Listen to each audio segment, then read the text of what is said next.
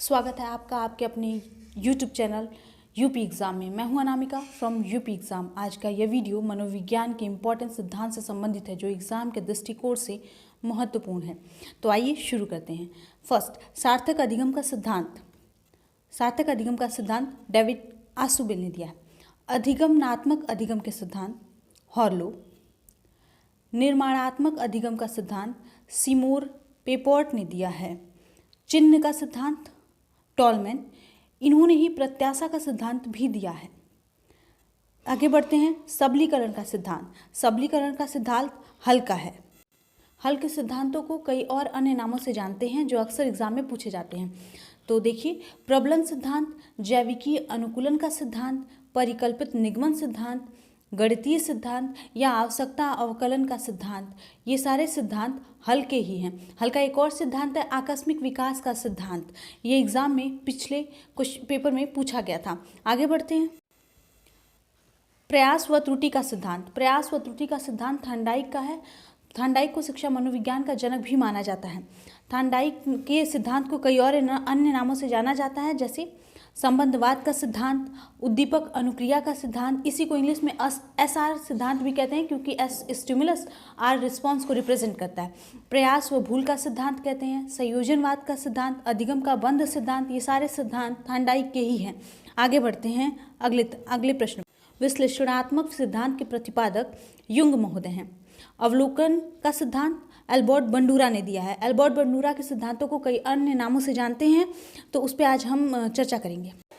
अवलोकन का सिद्धांत, सामाजिक अधिगम का सिद्धांत, अप्रत्यक्षात्मक का सिद्धांत या प्रेक्षणात्मक का सिद्धांत, अनुकरण का सिद्धांत, निर्देशन का सिद्धांत, ये सारे सिद्धांत एल्बर्ट बंडूरा के ही हैं, जो कि एक ही सिद्धांत के अलग अलग नाम हैं।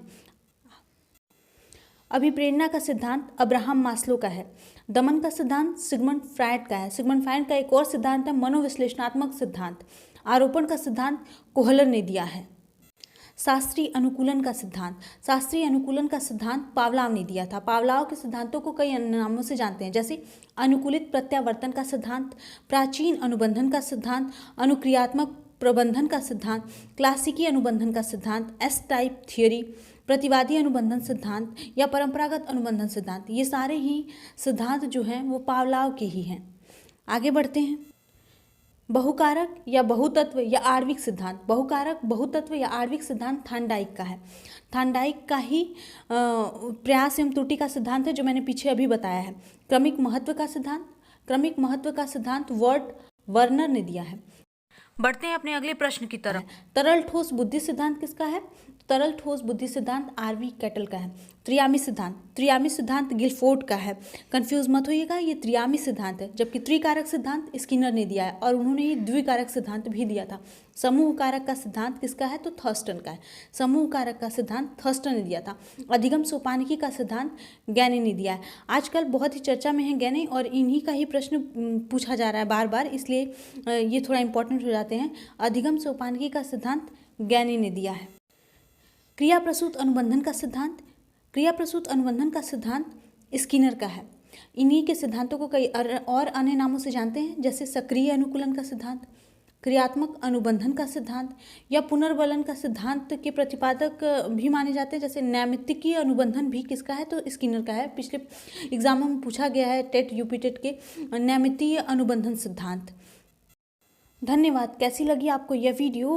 कमेंट बॉक्स में जाएं और कमेंट करें। ऐसी ही और इम्पोर्टेंट वीडियोस देखने के लिए चैनल को सब्सक्राइब करें, लाइक करें और ज़्यादा से ज़्यादा शेयर करें। Thanks for watching.